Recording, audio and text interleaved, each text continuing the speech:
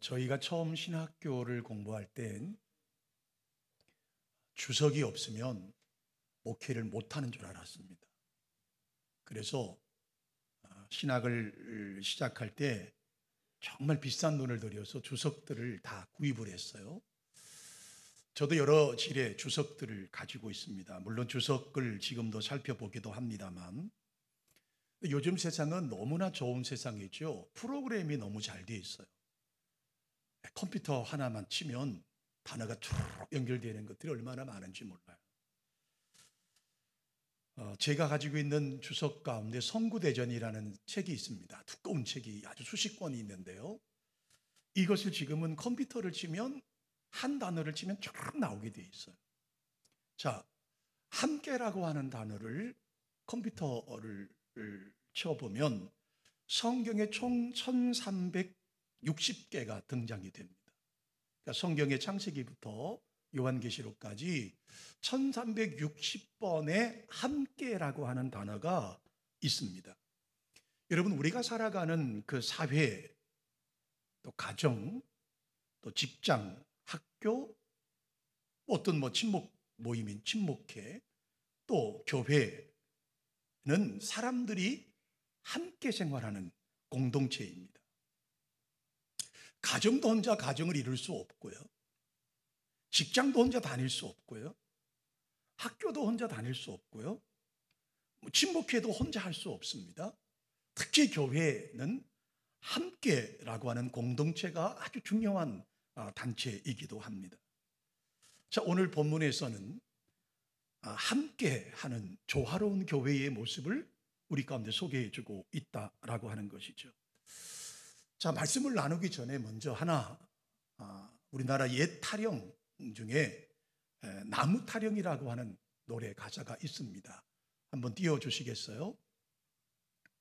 이 가사를 제가 찾아보니까 이렇게 기록되어 있어요. 청명한식에 나무 심으러 가자.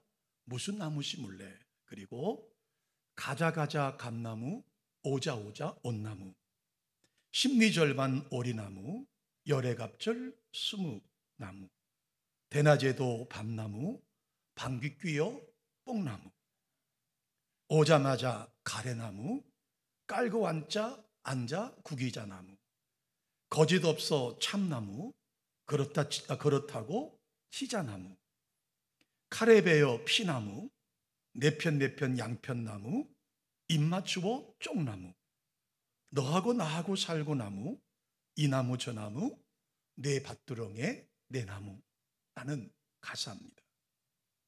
이 나무 타령에 나오는 감나무나 온나무나 오리나무나 스무나무나 밤나무나 또 가래나무나 구기자나무나 다 실제로 존재하는 나무들의 이름이라고 하는 것이죠.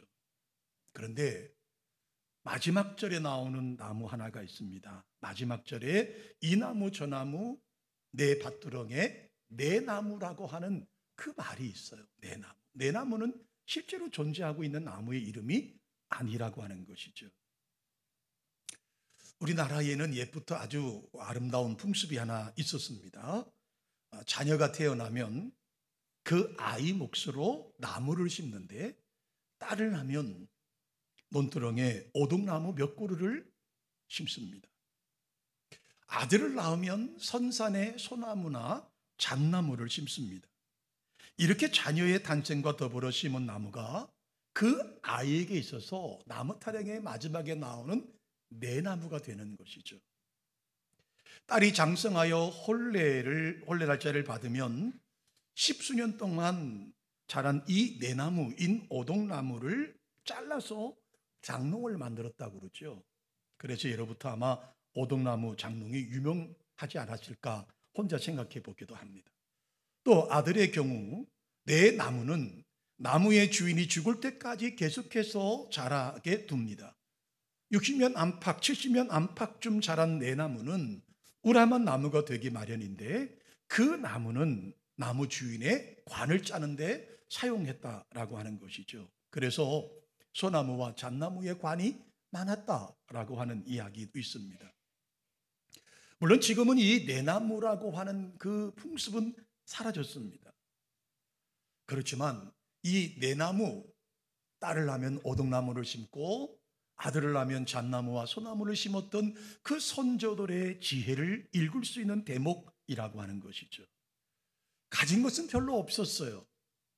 또 물려줄 재산도 그렇게 넉넉지 않고 변변치 않았지만 내 자식을 위해서 혹은 그 자식의 자식을 위해서 선조가 나무를 심어서 가장 요긴하게 쓰도록 물려주는 이 지혜가 오늘 저와 여러분이 들어야 하고 배워야 할 지식이 아닐까라는 생각을 해보기도 하죠. 종종 우리 스스로에게 질문을 던져봅니다. 좋은 교회란 어떤 교회일까? 건강한 교회란 어떤 교회가 건강한 교회일까? 지금 내가 섬기는 우리 드림교회는 과연 좋은 교회일까? 우리 드림교회는 과연 건강한 교회일까? 아니, 어떻게 해야 건강한 교회를 만들 수 있을까? 어떻게 해야 건강한 교회를 하나님 앞에 올려드리고 우리의 삶을 마감할까라는 생각을 종종 하게 되는 것이죠. 오늘 본문은 우리에게 어떤 교회가 건강한 교회인지, 어떻게 해야 건강한 교회가 되는 것인지, 어떤 교회가 정말 좋은 교회인지를 짧은 말씀을 통해서 우리 가운데 말씀해 주고 있다라고 하는 것이죠. 첫 번째로 어떤 교회가 좋은 교회입니까? 어떤 교회가 건강한 교회입니까? 어떤 교회가 하나님이 원하시는 교회입니까? 모든 세대가 조화를 이루는 교회가 좋은 교회.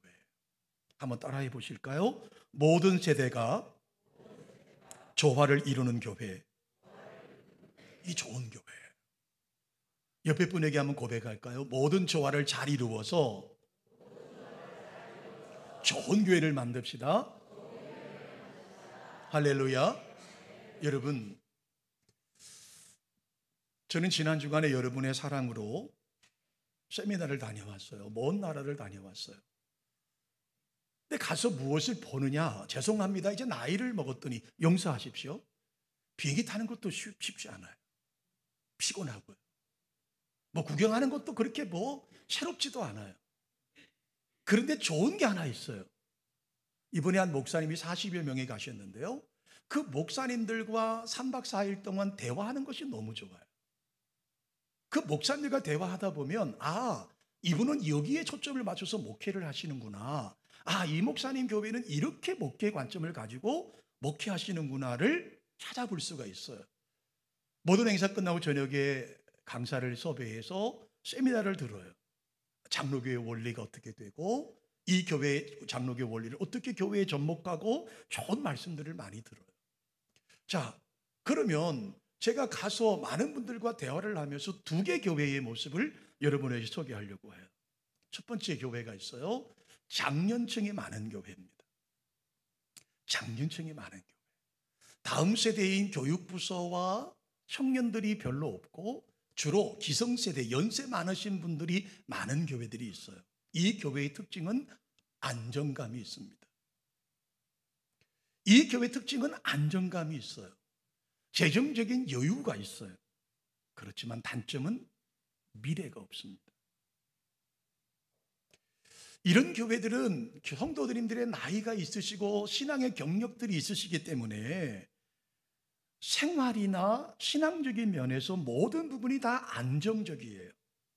그래서 교회가 평안합니다. 교회가 알아서 잘 돌아가는 교회의 모습을 가지고 있어요. 근데 문제는 이분들이 앞으로 10년, 20년, 30년 후에도 그 교회를 이끌 수 있는 나이가 아니라는 데 문제가 있습니다. 결국은 세월이 흐르고 그분들도 연세를 드실 것이고 그렇게 되면 결국은 세대가 물러날 수밖에 없는 상황이 되게 되더라는 것이죠. 그러면 다음 세대가 없는 교회는 다음이 예비되지 못했다라고 하는 것이죠. 아무도 교회를 지킬 사람이 없는데, 아무도 교회를 섬길 사람이 없는데 그 교회가 건강한 교회가 될 수 없고 그 교회가 아름다운 교회가 될 수 없다라고 하는 것이죠. 그러니 나이 든 세대만 교회에 가득하면 지금은 편안하고 지금은 행복하고 지금은 우리끼리 평안을 누릴 수 있을지 모르겠지만 그 교회는 미래가 없는 교회일 수밖에 없어요. 반대로 어떤 교회는 젊은이 목회, 다음 세대 목회, 유초등부 목회에 목숨을 거는 목회자들이 계십니다. 이 교회는 미래가 밝습니다. 교회 분위기가 너무 좋습니다. 그렇지만 그 교회의 단점은 그 다음 세대가 자라나기까지 이끌 지도자가 부족한 것이 또 단점을 가지고 있을 수밖에 없다라고 하는 거예요. 자, 새로운 목사님이 교회에 부임을 하셨습니다. 그리고 성도들에게 이렇게 선포합니다. 여러분, 저는 다음 세대 목회에 목숨을 걸겠습니다. 우리 교회는 다음 세대에 치중하겠습니다. 모든 예산을 다음 세대에 투자하겠습니다. 그러므로 우리 교회는 이제 청년 중심의 교회, 다음 세대 중심의 교회, 어린이 중심의 교회를 만들 것입니다. 청년부와 교육부서에 집중적으로 모든 예산을 투입하겠습니다. 여러분, 이 말이 틀린 말이 아니죠. 이 말을 누가 탓할 수 있겠습니까? 교회는 물론 청년도 있어야 합니다. 교회는 교회 학교도 발전해야 합니다. 하지만 청년들이 많고 교회 학교가 발전된다고 해서 나이든 세대를 무시하거나 경시하거나 수혜시키면 안 된다라고 하는 것이죠. 왜요? 이런 분들이 너무 청년과 어린이들만 중심으로 하는 모습을 보이면 나이든 세대, 기성세대들은 깊은 소외감을 느낄 수밖에 없어요. 너무 초라해 보이고 너무 우리가 한심해 보일 수밖에 없다라는 것이죠. 왜요? 이 교회가 여기까지 올 때 그분들의 헌신과 그분들의 수고를 결코 무시할 수 없는 것이죠.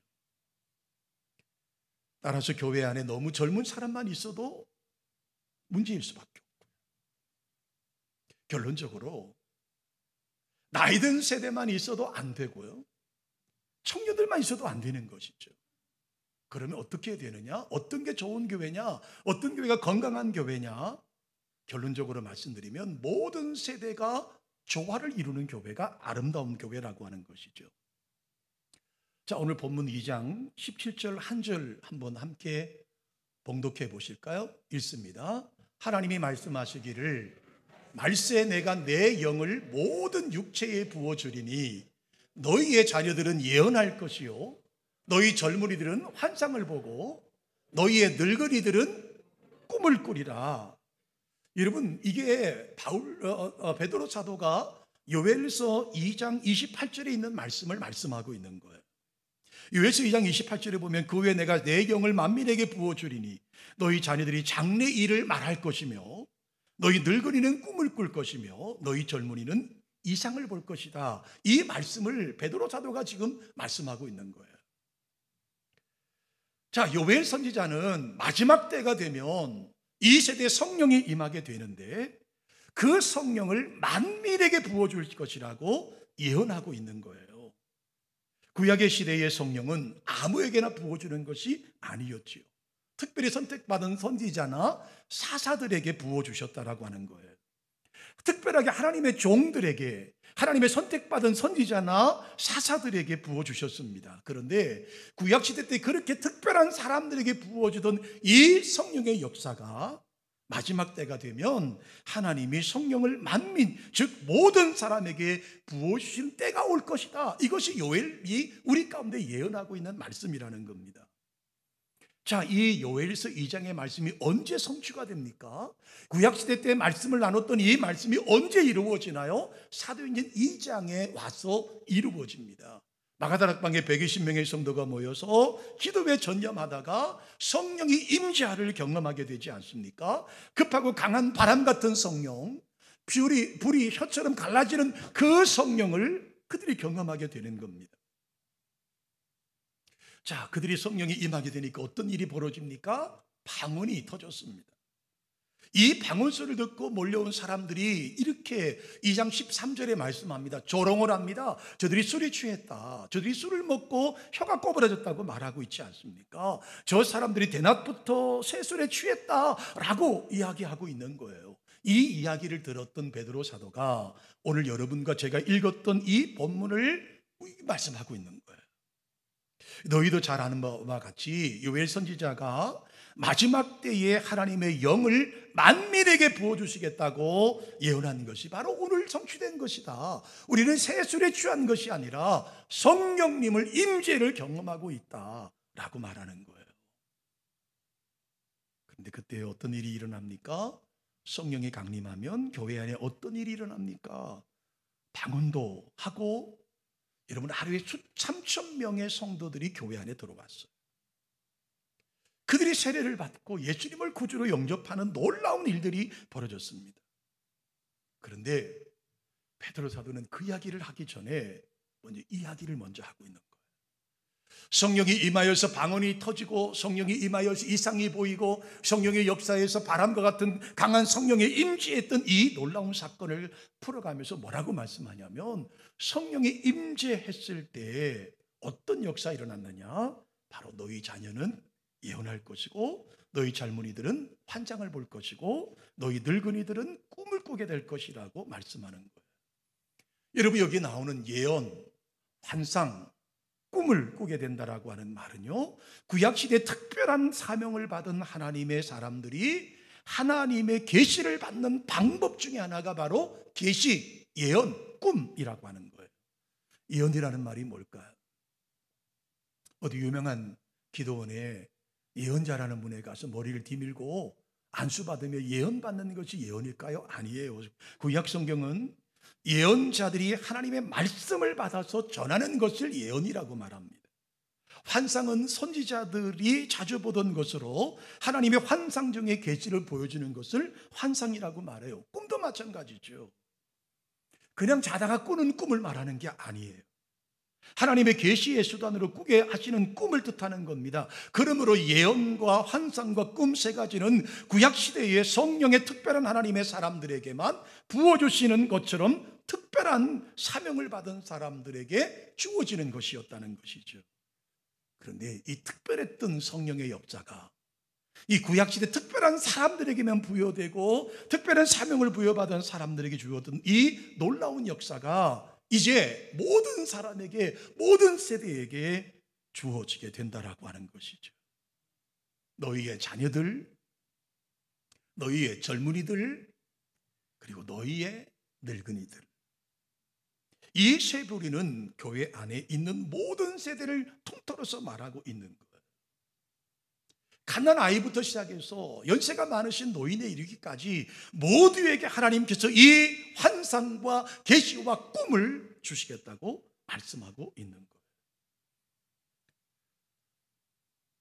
이 말씀을 쉽게 이렇게 여러분에게 다시 한번 해석해 드리고 싶겠죠. 우리 교회에 성령이 임하시면, 우리 교회에 성령님이 임하시면 모든 성도가 성령의 충만함을 받게 되는데, 어린이와 자녀 세대는 말씀의 사람이 되고, 젊은이와 청년들은 비전을 품게 되고, 늙은이와 즉 기성세대는 꿈을 꾸게 된다라고 하는 사실이에요. 여러분, 여기서 우리 기성세대들이 꾸는 꿈을 뭐라고 말씀할까요? 그 꿈을 꾼다는 것에 말씀에 주목할 필요가 있습니다. 무슨 꿈을 꾸실까요? 돈 버는 꿈을 꾸시나요? 로또 복권 당첨되는 꿈을 꾸시나요? 제가 어제 우리 예림에 가서 목욕을 하고 나오는데요, 그 예림 그 목욕탕 앞에 뭡니까? 복권 파는 집에 큰 현수막이 붙었어요. 우리 집은 1등이 2번 나온 집. 한 번은 28억, 한 번은 18억. 큰 대문짝하게 써놨어요. 금요일마다 그곳에 목욕하러 가보면 차가 줄을 세워요. 여러분, 그런 꿈을 말씀하고 있는 걸까요? 돈을 버는 꿈을 꿀까요? 출세하는 꿈을 꿀까요? 여러분, 나이가 들었는데 무슨 돈 벌어서 뭐 하겠어요? 돈이 필요 없다는 얘기가 아니라, 여러분 연세가 많으신데 벼락 출세해가지고 뭐 하시겠습니까? 그것을 말하는 것은 아니라는 것이죠. 여기 늙은이가 꿈을 꾼다, 나이 드신 어른들이 꿈을 꾼다는 말은요, 바로 이 꿈을 말하는 거예요.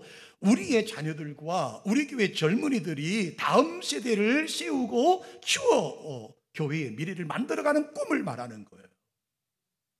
내가 잘 사는 꿈, 내가 로또 복권 당첨되는 꿈이 아니라, 우리 다음 세대가 이 교회에서 자라서 우리의 자녀들과 젊은이들과 다음 세대를 세우고 키워서 교회의 미래를 끌어가는 꿈을 꾸는 것을 성경은 늙은이가 꿈을 꾼다고 말씀하고 있는 거예요. 우리의 자녀들이 우리 교회에서 비전을 보고, 우리의 다음 세대가 우리 교회를 통해서 여러분 꿈을 꾸고, 우리의 다음 세대가 이 교회에서 여러분 거룩한 비전을 보는 꿈을 꾸는 그런 은혜가 우리 가운데 있기를 주님의 이름으로 축원합니다. 여기 계신 우리 어른들이 그 꿈을 꾸실 수 있는 은혜가 있기를 주님의 이름으로 축원합니다. 두 번째로, 그렇다면 꿈을 꿨다면 어떻게 해야 됩니까? 투자를 하셔야 되는 거예요. 투자하셔야죠. 그러므로 우리 기생세대와 나이 드신 성도 여러분, 우리가 그런 꿈을 꾼다면 두 번째로 우리는 투자하셔야 합니다. 여러분 오늘 교회 오시면서 이미 교회 마당에 바자회 물건을 진열해 놓은 것을 보셨을 겁니다. 아마 오늘 여러분 식사도 아마 여러분이 돈을 내고 드셔야 될 것 같아요. 자, 이 꿈을 가지고 다음 세대를 품고 키우기 위해 준비할 것이 있는데 그것이 뭐냐? 투자해야 되는 것이죠. 행사를 할 때마다 늘 저희들 부담되는 게 물질입니다. 성도들 최선을 다해 헌금을 하고 최선을 다해 교회를 섬기는데 또 거기에 물질을 투자해야 된다는 것이 참 쉽지만은 않습니다. 저도 헌금 문제가 참 중요하다고 생각을 합니다. 그런데 이 여러분이 오늘 바자회에 출연하고 여러분이 투자하는 것은요, 하나님께 드리는 것뿐만 아니라 우리 교회 다음 세대 미래를 위한 투자, 다음 세대를 위한 투자라고 하는 것을 기억하십시오. 여러분 투자하셔야 합니다. 투자하셔야 다음 세대가 살아 움직일 수 있는 거예요. 어떤 마음으로 투자하셔야 됩니까? 나무를 심는 마음으로 투자하시자는 겁니다. 한 백발 노인이 뜰에 나와 어린 나무를 밭에 심고 있었습니다. 마침 이곳을 지나가던 청년이 그 백발 노인이 심는 어린 나무를 보면서 이 나이 드신 분에게 묻습니다. 어르신, 나무는 왜 심으십니까? 노인은 대수롭지 않게 이렇게 말을 하죠. 그야 물론 열매를 내가 따먹으려고 나무를 심지.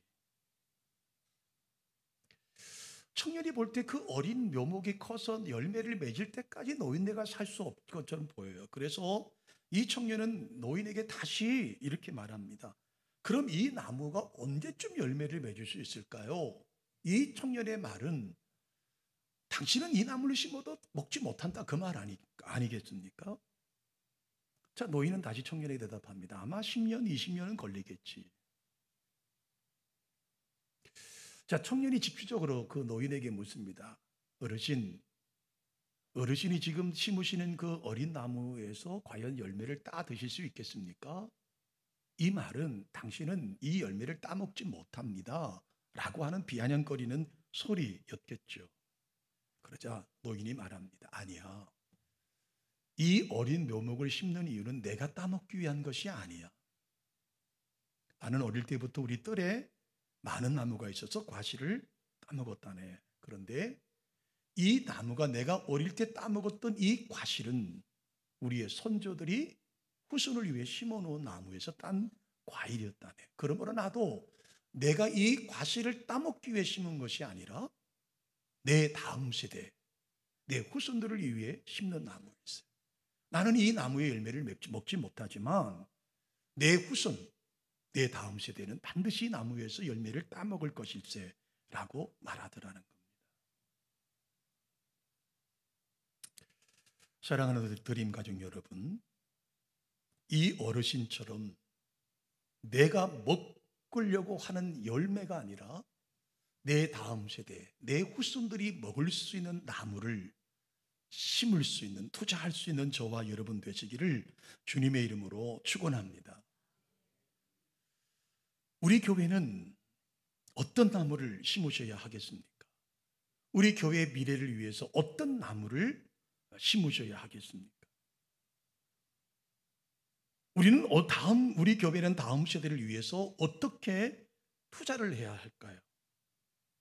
우리가 오늘 심는 한 그루의 나무, 우리가 오늘 심는 나무 한 그루 한 그루가 오늘 우리가 뿌리는 눈물의 한 그 씨앗이 훗날 다음 세대를 세우고 키워서 교회의 미래가 활짝 열리는 날을 꿈꾸는 저와 여러분 되시기를 소망합니다.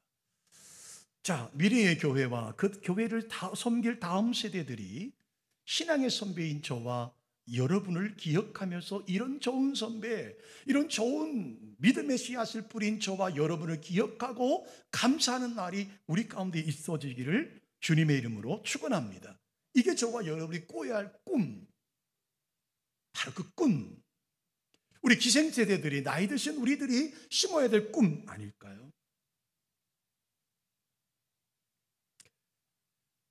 이 꿈에, 이 미래에 저와 여러분이 함께 동참하시기를 주님의 이름으로 초대합니다. 그래서 저와 여러분 모두가 이렇게 고백하는 날이 우리 가운데 있기를 소망합니다. I have a dream. 나는 꿈이 있습니다. 이 말은 마틴 루터 킹 목사님, 미국에 있는 목사님이 하신 말씀이에요. 흑인이 아직 인정받지 못하던, 흑인이 정상적인 대접받지 못하던 그 시절에 그는 끝없이 나는 꿈이 있습니다. 백인과 우리의 후손들이 백인과 흑인이 손을 잡고 학교 가는 꿈을 꿉니다. 백인과 흑인이 함께 차를 타는 꿈을 꿉니다. 백인과 흑인이 함께 이루어져 가는 꿈을 꿉니다. 나는 그 꿈을 꿉니다. 여러분, 우리도 꿈을 꿉시다. 우리 교회가 우리를 통해서 다음 세대가 자라고, 우리를 통해 다음 세대가 성장하고, 우리를 통해서 다음 세대가 살아나는 꿈을 꾸시는 저와 여러분 되시기를 주님의 이름으로 축원합니다. 성령의 꿈을 꾸십시다. 우리 다음 세대를 위해 꿈을 꾸십시다.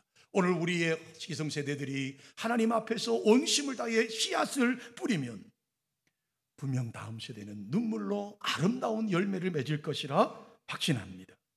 아름다운 교회, 건강한 교회, 조화로운 교회, 좋은 교회를 만드는 저와 여러분 되시기를 주님의 이름으로 축원합니다. 거룩하신 하나님,